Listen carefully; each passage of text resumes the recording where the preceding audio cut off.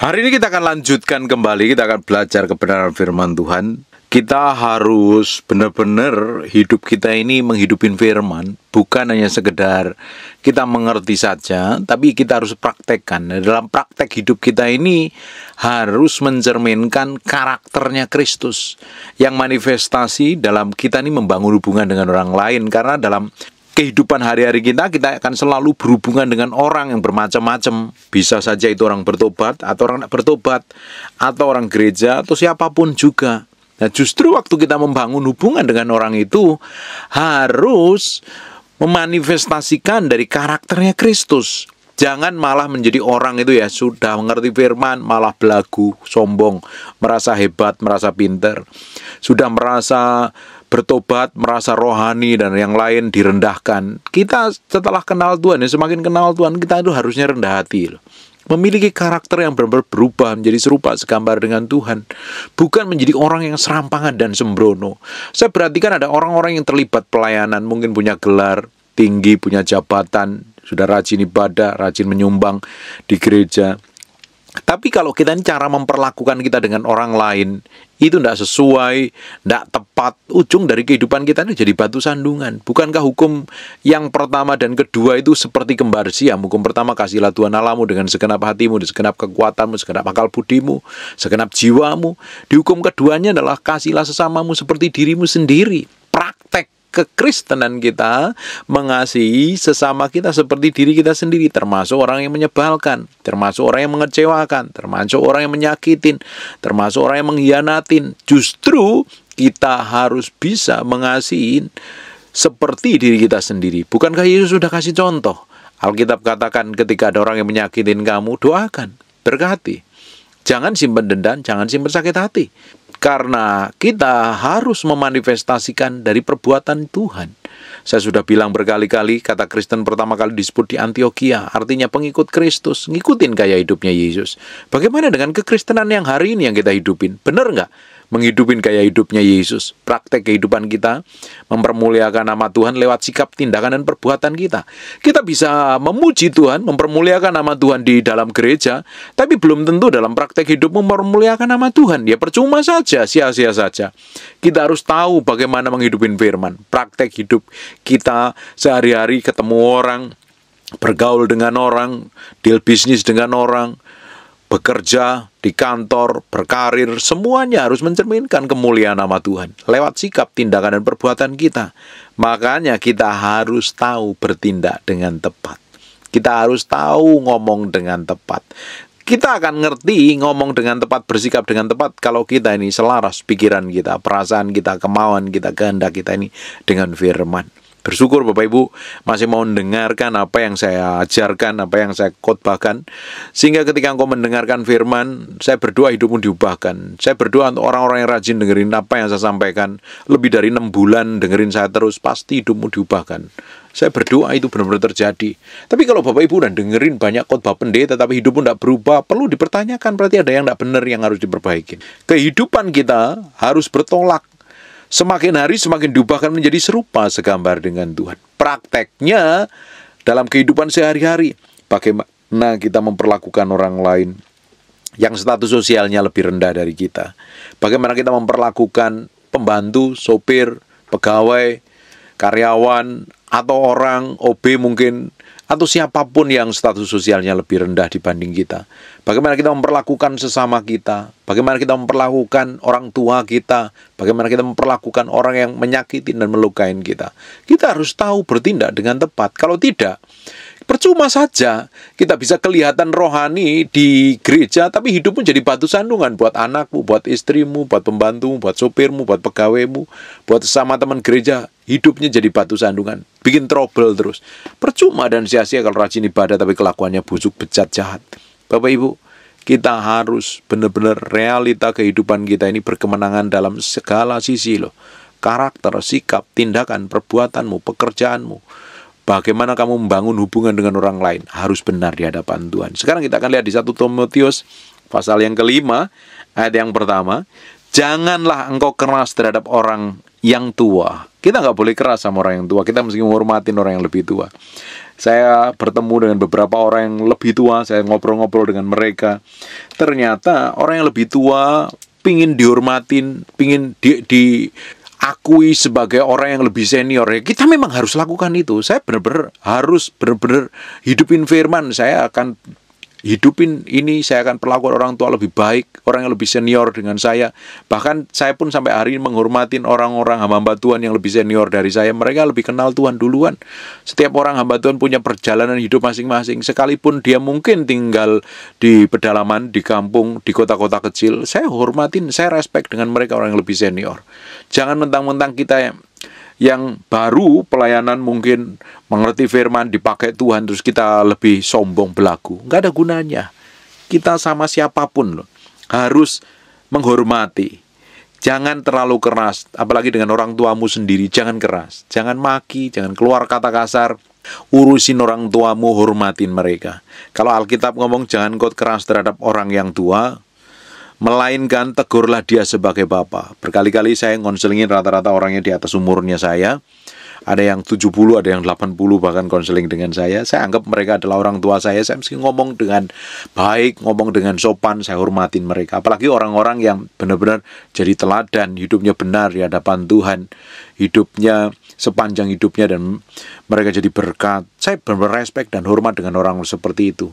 Apalagi orang yang saya konselingi kan orang yang lebih tua. Saya tempatkan dia sebagai posisinya sebagai orang yang lebih tua dari saya. Bahkan saya anggap mereka orang tua saya. Sekalipun bikin kesalahan, bikin trouble, saya negurnya dengan kasih.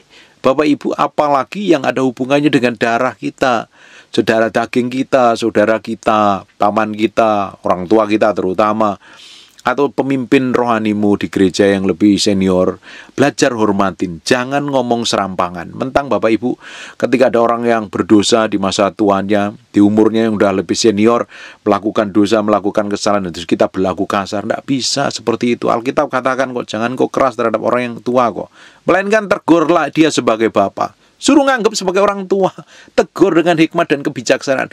Berapa banyak di antara kita orang-orang muda ini yang tidak bisa respect dan hormat dengan orang tua. Generasi Gen Z, engkau mesti respect dan hormat terhadap orang tuamu. Jangan kurang ajar, hormatin dia, tempatkan di posisi yang tepat. Kita harus tepo seliro, menempatkan diri dengan tepat. Ketika kita berhadapan orang yang lebih tua, hormatin, hargain mereka. Mereka punya perjalanan hidup lebih lama dari kita, pengalaman dengan Tuhan lebih lama. Para hamba-hamba Tuhan lebih senior, saya respect dan hormat dengan hamba-hamba Tuhan lebih senior. Mereka punya pengalaman perjalanan bersama Tuhan lebih lama dari saya. Orang-orang yang punya pernikahan umurnya lebih jauh, lebih lama, mungkin 25 tahun, 30 tahun, 40 tahun, 50 tahun, 70 tahun pernikahan mereka. Saya respect dan hormat. Saya belajar banyak dengan orang-orang yang lebih senior, yang bangun bisnis. Berkali-kali saya ketemu dengan orang-orang yang di atas umurnya 70, 80. Mereka masih sehat, masih pegang usaha, pegang bisnis. Saya ngobrol banyak, saya belajar banyak dengan orang-orang yang seperti ini. Kita harus belajar menempatkan diri dengan tepat loh. Kalau ada orang yang lebih tua dan dia bikin kesalahan, kita harus pakai hikmat dan pengertian. Tidak boleh bertindak sembarangan. Kita nggak boleh kasar, kita nggak boleh keras, apalagi merendahkan. Bapak Ibu, setiap orang punya kerinduan dan keinginan di dalam hati untuk dihormatin, dihargain, diwongke kata orang Jawa, ditempatkan di posisi yang terhormat. Kita pun juga ingin dihargain, dihormatin, ditempatkan di posisi yang tepat, terhormat. Beberapa minggu yang lalu saya diceritain sama salah satu orang yang kami bimbing secara rohani, kita muridkan. Mereka ditegur oleh pemimpin rohaninya yang umurnya masih muda di tempat umum. Itu kan nyinggung perasaan, itu kan nggak respect, nggak hormat. Makanya kita harus tahu loh, bagaimana kita itu ngomong dengan orang yang lebih senior. Jangan kalau mau negur di tempat umum, ngomong empat mata. Bicarakan baik-baik, jangan pernah permalukan orang lain. Jangan pernah permalukan di depan umum. Rendahkan siapapun juga di depan umum. Tidak perlu, kita mesti pakai hikmat dan kebijaksanaan kok. Perhatikan ya, yang tua kita tegur sebagai bapak, sebagai orang tua, berarti kita harus menempatkan diri yang lebih muda ini dengan hikmat dan pengertian. Tegurlah yang muda, orang-orang muda sebagai saudaramu. Kalau ada yang lebih muda dari kita, kita tegurnya nggak boleh merendahkan, nggak boleh menyakitin, nggak boleh ngomong kasar, nggak boleh ngomong melukai, nggak boleh marah-marah. Kita tegur sebagai saudara, ngomong baik-baik. Tapi kebanyakan ini para suami istri atau orang tua dan anak, Anak dengan orang tua ketika mereka bikin kesalahan, biasanya ditegur dengan nada marah, dengan nada tinggi, dengan merendahkan, mengungkit-ungkit kesalahannya di masa lalu. Tidak akan merubahkan apa-apa, Bapak Ibu. Kalau ada orang yang bikin kesalahan, siapapun orang yang mungkin lebih muda, lebih tua, atau sebaya dengan kita dibikin kesalahan, terus kita tegur dengan nada marah, dengan nada merendahkan, mengungkit-ungkit permasalahannya, orang itu tidak akan bertobat loh. Justru bisa kepahitan. Saya temukan ada orang yang kepahitan berkali-kalinya. Saya konselingin orang yang kepahitan dengan banyak pendeta, kepahitan dengan banyak konselor. Kenapa? Ketika dibikin kesalahan bukan dibimbing, justru malah dihakimi, dibongkar kesalahannya. Dia sebenarnya tahu loh, orang yang bikin kesalahan tahu dia salah loh. Dan dia tahu perbuatan ini nggak boleh dilanjutkan lagi, dia harus bertobat. Justru kita yang ngerti kebenaran kan harus membimbing dengan roh lemah lembut. Galatia pasal yang ke-6 ayat pertama. Kalau ada orang, siapapun orangnya bikin kesalahan, kita yang ngerti kebenaran harus membimbing orang itu dengan roh lemah lembut kok. Bagi para suami istri, ketika suamimu belum bertobat, kamu istri harus memimpin dengan kelakuan sikapmu tanpa perkataan. Tapi kan kebanyakan kita ngomong merendahkan, ngomong menyakitin. Beberapa minggu yang lalu saya khotbah jangan menyakitin orang baik. Bapak Ibu, jangan pernah keluar perkataan, kata-kata dari lidah bibirmu untuk merendahkan, untuk menyakitin, untuk melukai siapapun juga. Tidak ada gunanya. Belajar mulutmu diam ketika diperlakukan buruk, ketika situasinya jelek, lebih baik banyak diam. Koreksi diri, tanya Tuhan meski ngomong apa, pakai hikmat dan pengertian. Supaya apa? Orang-orang di sekitar kita yang gak hidup sesuai firman itu bertobat dan berubah. Tuhan tuh mau pakai kita jadi berkat buat orang-orang di sekitar kita. Tuhan mau bawa kita ini hidup berkemenangan sampai hari ini. Tujuannya ketika kita ketemu orang yang tidak berubah, ketemu orang yang ngeyel, ketemu orang yang dablek, ketemu orang yang kelakuannya seperti setan, kita berdiri di posisinya Tuhan. Jadi pengantara antara orang berdosa itu dengan Tuhan. Bukan malah menjadi hakim, menghakimi, merendahkan, melukai. Malah membuat orang itu kepahitan. Kita harus berdiri di posisi yang tepat. Alkitab katakan kita ini adalah imamat yang rajani, imam sekaligus raja. Imam jadi pengantaranya antara orang berdosa dengan Tuhan. Kita yang jadi imamat yang rajani hari ini. Tapi kebanyakan respon kita salah. Kita cepat menghakimi, kita cepat merendahkan, kita cepat melukai. Saya pernah ceritakan di judul khotbah yang lain, ketika waktu saya sakit, yang 11 hari nggak bisa jalan itu, ketika didoakan, itu ibadahnya di Zoom, bukan didoain, dikuatin, malah dihakimin. Bapak ini dosa, Bapak ini kepahitan, Bapak ini pelayanan tidak benar, dan sebagainya. Orang nggak tahu masalah saya, nggak tahu kehidupan saya, dihakimin. Padahal ini ngakunya orang yang dekat Tuhan, orang berkarunia. Para kumpulan para pendoa syafaat. Saya pikir Bapak Ibu ya, ketika ada orang yang membutuhkan bantuan, nggak perlu kita hakimi. Kita belajar mengerti apa yang Tuhan mau, apa yang harus dikerjakan. Tapi kecenderungan daging kita ini ketika ada orang butuh bantuan atau bikin kesalahan atau bikin pelanggaran, cepat menghakimi. Kita merasa ini paling benar, kita merasa paling suci. Berapa banyak di antara kita ketika pasangan kita bikin kesalahan, kita langsung ngomongnya ketus dan menyakitkan. Bapak Ibu, kalau sikapmu seperti itu, yang menjadi lawan pembicaraanmu bukan bertobat malah sakit hati loh. Kita mesti belajar memberi hati kita di hadapan Tuhan untuk dibentuk dan diproses Tuhan seperti yang Tuhan mau. Jangan menjadi orang yang keras kepala, jangan menjadi orang yang merasa benar sendiri karena merasa sudah bertobat, apalagi punya jabatan, apalagi sudah pelayanan, dirimu sudah kebal dosa. Tidak ada yang kebal dosa. Kita harus belajar diubahkan terus setiap hari kok. Setiap hari harus diubahkan. Kita harus belajar koreksi di dalam diri kita ini, kalau ada yang tidak benar ya berubah. Seringkali hubungan kita ini berantakan dengan orang lain karena kita merasa diri kita paling benar. Seringkali kita ini ribut, marah-marah dan berantem dengan siapapun juga karena merasa diri kita ini paling hebat dan kita berhak bertindak semau kita sendiri. Bapak Ibu, kita kalau sudah bertobat dan berubah, Tuhan panggil kita untuk jadi berkat bagi orang yang berdosa. Berapa banyak dari kita ini lebih banyak menghakimi orang yang bersalah dan berdosa. Kita harus tahu diri kita hari ini posisinya adalah imamat yang rajani, jadi pengantara antara orang berdosa, orang yang bikin salah dengan Tuhan, supaya bertobat dan berubah. Karena setiap hari kita pasti akan ketemu dengan macam karakter orang, dengan kelakuan banyak orang, tergantung bagaimana kita bersikap dengan tepat di hadapan Tuhan, bertindak dengan tepat di hadapan Tuhan. Jangan sampai malah kita bertindak yang melukai dan menyakiti orang lain. Jangan kau keras terhadap orang yang tua, melainkan tegurlah dia sebagai bapak, tegurlah orang-orang muda sebagai saudaramu. Alkitab mengatakan, jangan hakimi, penghakiman bukan hakmu. Tapi kita cenderung menjadi Tuhan buat orang lain. Menghakimi, merendahkan, menyakitin, melukai. Hari ini belajar jadi berkat buat banyak orang. Bapak Ibu, bagi orang-orang yang masih punya orang tua, hormatin, cukupin, kasihin, perhatikan orang tuamu. Jangan kurang ajar dengan orang tuamu. Belajar, hormatin dengan orang-orang yang lebih senior. Jangan mentang-mentang ini para hamba Tuhan yang masih muda ini, engkau mesti tetap respect dan hormat dengan orang yang lebih senior. Mereka punya perjalanan dengan Tuhan lebih lama.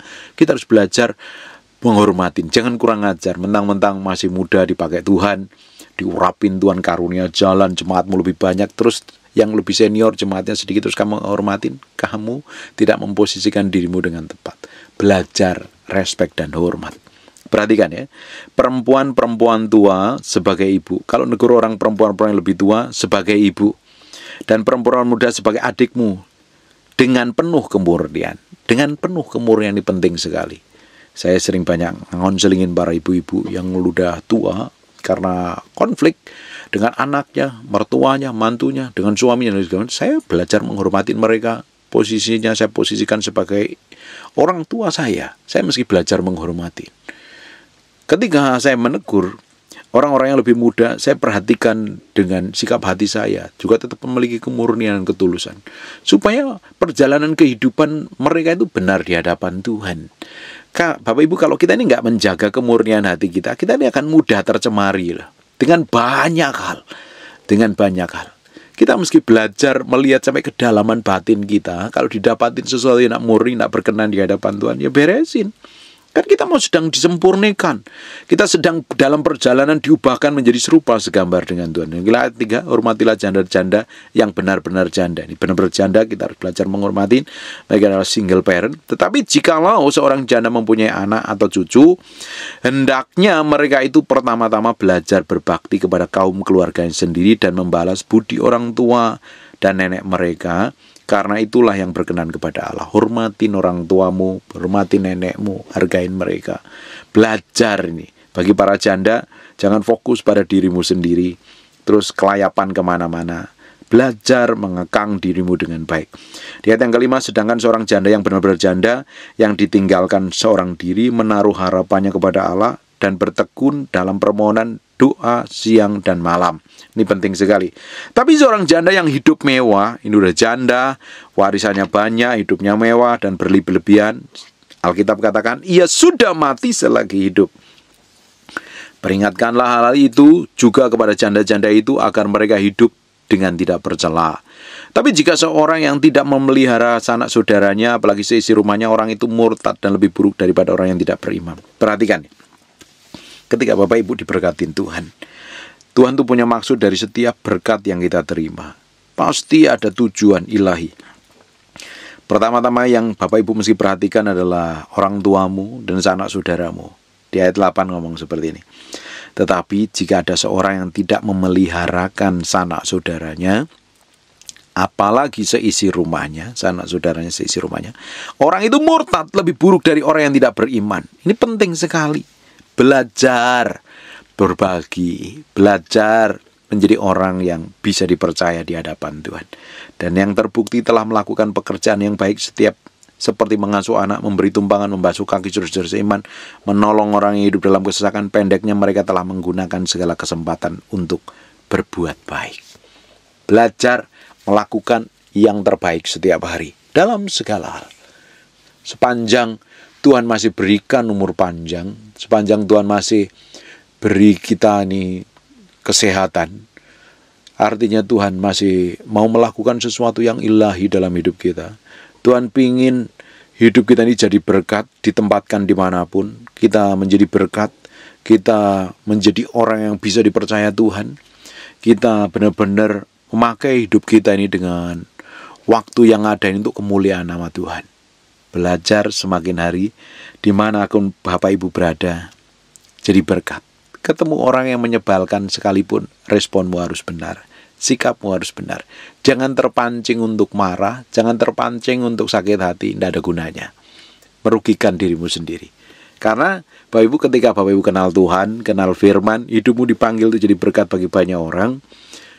Dan sejak saat itu, engkau mesti ngerti, ketika engkau bertemu dengan orang-orang yang kelakuannya buruk, yang sikapnya jelek, kelakuannya busuk, Bapak Ibu ditempatkan di tengah-tengah mereka. Tuhan punya maksud dan tujuan supaya mereka bertobat. Mereka bertobat bisa melihat dari kelakuan, sikap, dan tindakanmu. Karena apa? Mempermuliakan nama Tuhan. Saya berdoa, apa yang kita pelajarin hari ini akan benar-benar membuat hidup kita diubahkan. Semakin hari semakin serupa segambar dengan Kristus. Kita ditempatkan dimanapun, nama Tuhan yang ditinggikan, nama Tuhan yang diagungkan. Dan saya percaya, Bapak Ibu jadi berkat bagi banyak orang. Amin. Belajar menghidupin gaya hidupnya Yesus dalam setiap sikap, tindakan, dan perlakuanmu terhadap orang lain. Dan saya percaya nama Tuhan akan disebut atasmu, disebut atas keluargamu, disebut anak cucumu, dan disebut atas seluruh apa yang Bapak Ibu kerjakan. Amin. Tutup matamu, tutup Alkitabmu, kita berdoa. Bapak, terima kasih buat firman-Mu. Kami materaikan firman ini dengan darah anak domba Allah. Firman ini nempel dalam hati kami berhari-hari, berminggu-minggu, berbulan-bulan.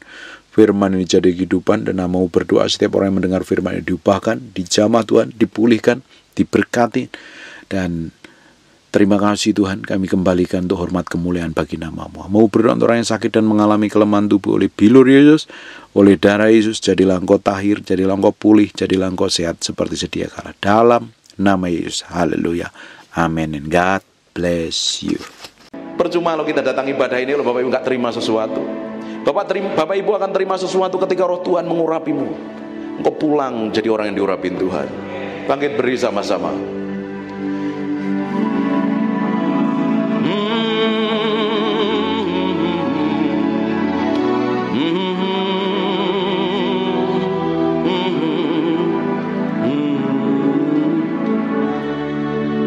Come breathe upon me,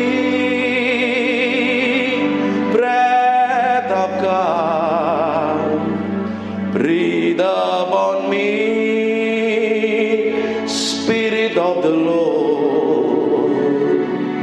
As I lift my hand in surrender, tutup matamu dan sebagainya. To your name, Most High.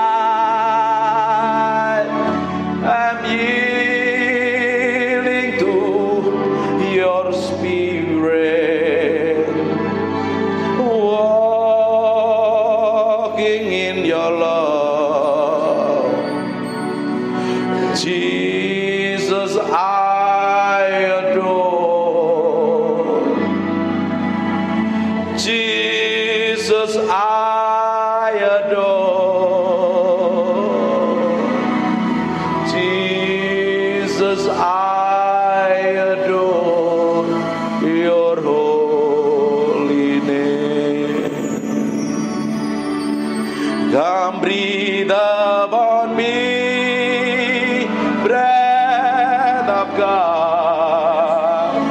Breathe upon me, Spirit of the Lord. As I lift my hand in surrender to your name, Most High. I'm yielding to your Spirit, walking in your love. Jesus, I adore. Jesus, I adore. Jesus, I adore your holy name. Terus Tuhan. Inara lamanya siribini mianamu. Ini miana nara lama.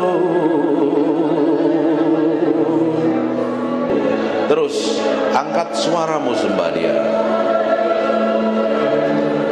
Maka namanya sirimiana nama. Terus sembah Dia. Nyanyikan mazmur yang keluar dari hatimu, sembah Dia.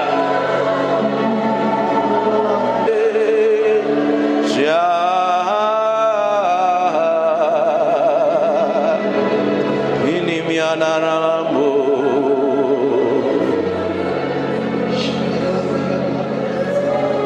Terus Tuhan, biar pengurapan-Mu turun dalam ruangan ini. Buat sesuatu yang berbeda siang hari ini. Bukan karena kami, tapi karena Engkau.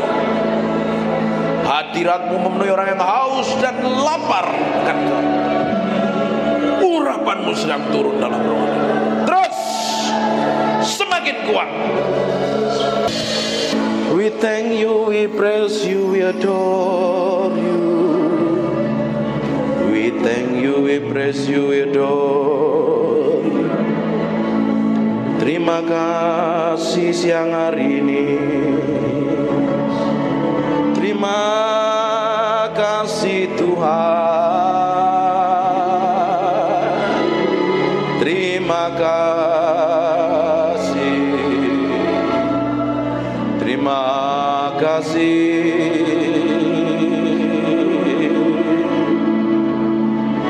Di dalam hadirat-Mu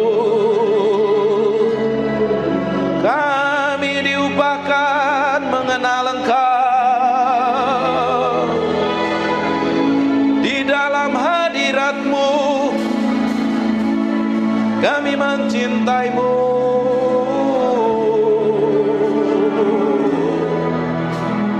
Mencintai-Mu, Roh Kudus. Roh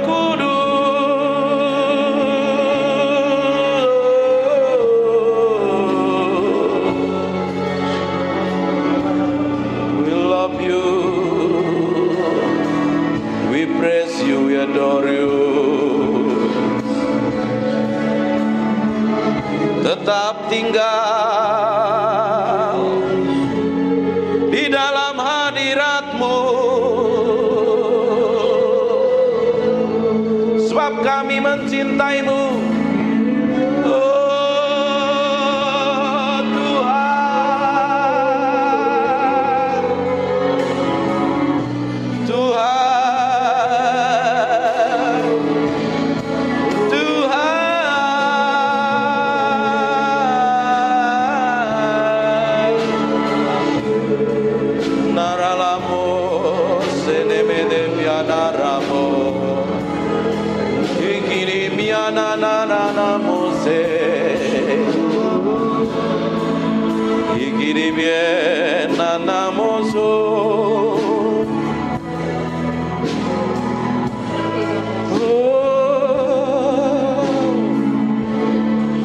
We praise You, we praise You, we praise You.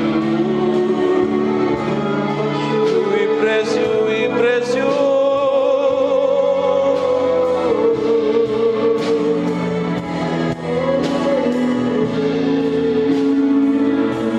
Berlama-lama dalam hadirat-Mu, menikmati kuasa-Mu, Tuhan. Tuhan, inanana lamore,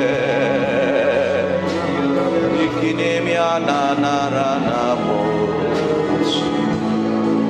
Terima kasih Tuhan. Biar roh hikmat wahyu turun di antara kami, menyingkapkan pribadi-Mu yang ajaib, sehingga kami mengerti kehendak-Mu, berjalan dalam pusat hati-Mu. Oh Tuhan, siang hari ini urapi kami semua tanpa terkecuali. Kami adalah orang yang mencintaimu dan mengasihimu.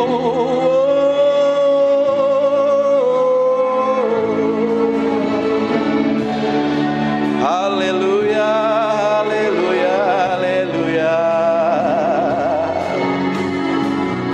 Terima kasih.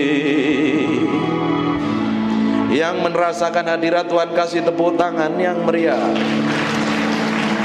Hanya untuk Raja yang mulia. Haleluya, amin. Silakan duduk dalam hadirat Tuhan. Tutup matamu, disembah Tuhan. Aku impartasikan apa yang aku punya yang datangnya daripadamu itu. Dalam nama Yesus. Aku impartasikan urapan itu. Kerinduan, kelaparan, haus akan pribadimu sendiri. Setiap orang yang siang hari ini memberi hatinya, Tuhan jamah, Tuhan jamah, Tuhan jamah, Tuhan jamah, Tuhan jamah, Tuhan jamah, Tuhan jamah. Tuhan perlengkapi orang-orang ini dengan pengurapan secara ilahi dalam nama Yesus. In Jesus name. In Jesus name. In Jesus name. Tuhan pakai orang-orang ini menjadi hamba-hamba Tuhan yang memberi dampak secara ilahi dalam nama Yesus. Dalam nama Yesus. Then sing my soul, my Savior God to thee. Aku berdoa setiap orang dalam ruang ini diberkati Tuhan tanpa terkecuali.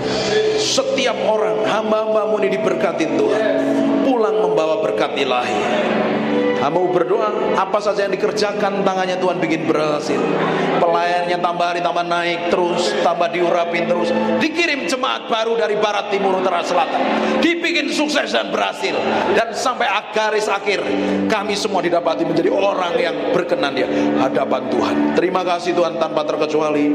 Anugerahmu, kemurahanmu melimpah-limpah untuk orang yang kau kasih ini, orang yang setia melayani ini. Dalam nama Tuhan Yesus Kristus. Terima kasih Tuhan. Terima kasih. Aku berdoa biar anugerah dan kemurahan-Mu melimpah-limpah dalam nama Tuhan Yesus. Pulang bawa berkat ini dan anugerah kemelimpah-Mu melimpah-limpah. Semuanya diberkati Tuhan, katakan amin.